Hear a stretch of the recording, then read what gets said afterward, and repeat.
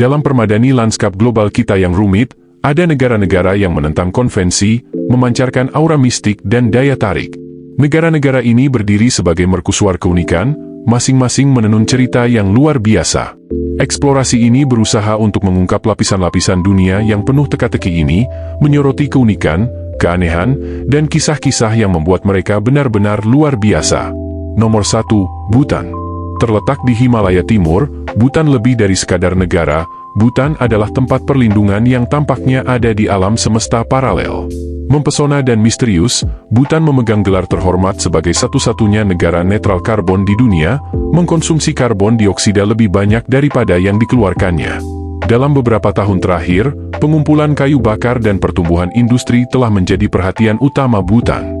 Kegiatan ini menghasilkan polusi dan emisi karbon dioksida sekitar 2,2 juta ton per tahun. Namun, negara ini tetap negatif karbon karena hutannya yang rimbun, yang berfungsi sebagai penyerap karbon dan menyerap sebagian besar karbon dioksida. Bhutan adalah satu-satunya negara di dunia yang tidak memiliki satupun lampu merah di ibu kotanya, Thimphu. Sebagai gantinya, polisi di Thimphu berdiri di persimpangan jalan utama dan mengarahkan lalu lintas. Dilaporkan bahwa satu set lampu merah sempat dipasang, namun kemudian dengan cepat dicopot, karena warga Bhutan masih lebih suka dengan polisi. Kebahagiaan nasional bruto lebih penting daripada produk domestik bruto. Yang Mulia Jingmesingye Wangchuk, mantan Raja Bhutan, adalah pencipta kebahagiaan nasional bruto. Alih-alih mendasarkan keberhasilan ekonomi Bhutan pada berapa banyak uang yang diperoleh negara, ia percaya bahwa hal itu harus diukur dengan faktor-faktor yang berkontribusi pada kualitas hidup rakyat Bhutan. Nomor 2, Niue. Di Pasifik Selatan, negara koral Niue muncul sebagai pelopor inovasi, membuat sejarah sebagai negara pertama yang menawarkan Wi-Fi yang didanai negara pada tahun 2003 kepada 2.000 penduduknya. Fakta lainnya, negara ini bahkan memiliki tim sepak bolanya sendiri. Sebuah negara yang mungkin belum pernah Anda dengar, Niue adalah negara utopis kecil yang memiliki pemerintahan sendiri dan unik dengan akar sejarah yang membentang sejak tahun 900 Masehi. Ini adalah negara yang memiliki hubungan dekat dengan Selandia Baru, dan karenanya, dolar Selandia Baru yang dipakai.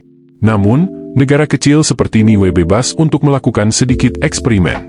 Selain NZD, ada mata uang Pulau Niue atau dolar Niue, yang terdiri dari karakter-karakter fiksi mulai dari Pokemon hingga Disney. Bagaimana awalnya? Niue mulai menggunakan dolar Selandia Baru ketika pertama kali diperkenalkan pada tahun 1967. Namun, mata uang ini memiliki sejarah sebagai koin kolektor dengan desain peringatan dan lapisan logam mulia. Koin emas Niue dan koin perak Niue memiliki banyak penggemar. New Zealand Mint berkontribusi pada minat ini karena reputasinya dalam memproduksi desain yang canggih. Seringkali, koin khusus dapat digunakan untuk sirkulasi secara reguler.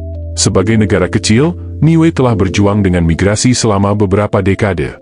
Banyak orang Niue pindah ke negara tetangga mereka, Selandia Baru, untuk mendapatkan peluang ekonomi yang lebih baik.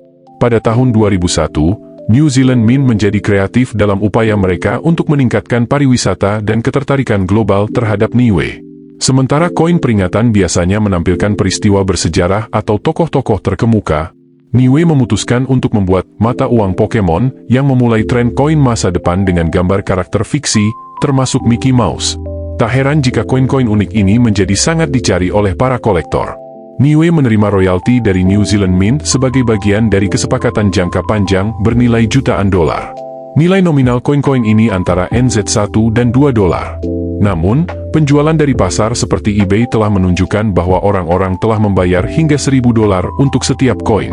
Pertanyaannya adalah, bisakah Anda membelanjakan koin-koin ini? Sayangnya, Anda harus pergi ke Niue karena ini adalah satu-satunya negara yang menerima koin-koin ini. Nomor 3, Molossia. Di dalam perbatasan Amerika Serikat terdapat Molossia, sebuah negara mikro seluas 11 hektar yang menantang gagasan konvensional tentang pemerintahan. Didirikan pada tahun 1977 sebagai Republik Besar Goldstein dan kemudian mengadopsi nama Molossia, negara kecil ini memiliki undang-undang yang unik. Molossia hanya memiliki populasi 38 warga dan tidak diakui oleh Perserikatan Bangsa-Bangsa. Meskipun tidak diakui oleh PBB, Republik Molossia memiliki angkatan laut, akademi angkatan laut, program luar angkasa, kereta api, layanan pos, bank, tempat wisata, sistem pengukuran, hari libur, bioskop, stasiun radio online, dan bahkan zona waktunya sendiri. Sebagian besar warganya tidak tinggal di negara seluas 11 hektar ini. Menurut Presiden Kevin Bauh, saat ini hanya ada 3 manusia dan 3 anjing yang tinggal di sana. Memiliki salah satu gelar paling unik sebagai presiden, yaitu Yang Mulia Presiden Laksamana Muda Kolonel Dr. Kevin Bauh, Presiden dan Rais Molossia, pelindung bangsa dan penjaga rakyat. Molossia memiliki beberapa hukum yang tak terbayangkan. Salah satu yang paling aneh adalah melarang warga lokal dan pengunjung asing membawa walrus, bawang, bayam, dan ikan lele ke negara ini. Alasannya? Karena presiden tidak menyukainya. Bauh tinggal bersama istri dan putrinya yang berusia 20 tahun, yang merupakan kepala polisi di negara tersebut. Dia telah melakukan perjalanan ke Mikronasi lain di Kanada, Meksiko, dan Eropa atas nama Molossia, dan hal ini memungkinkannya untuk melihat perspektif yang lebih luas daripada kebanyakan orang yang tinggal di negara seluas 11 hektar ini. Molossia dibangun dari nol di gurun pasir yang kosong dan Mr. Bauh bangga dengan apa yang telah ia buat. Menurut dia, mereka sedang berupaya untuk menjadi negara yang berdaulat.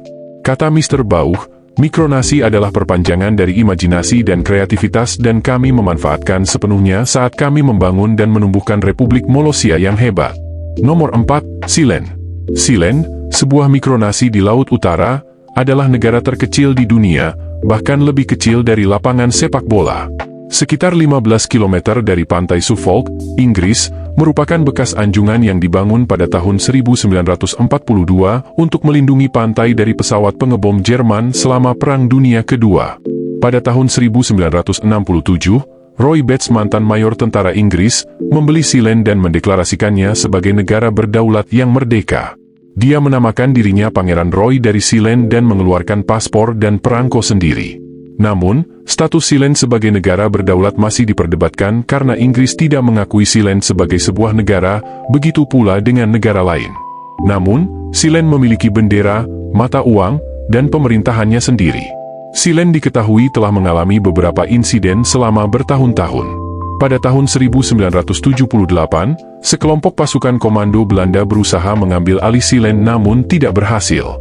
Dalam sebuah penggerebekan oleh kepolisian Inggris pada tahun 1990, Michael, putra Roy Bates, ditangkap.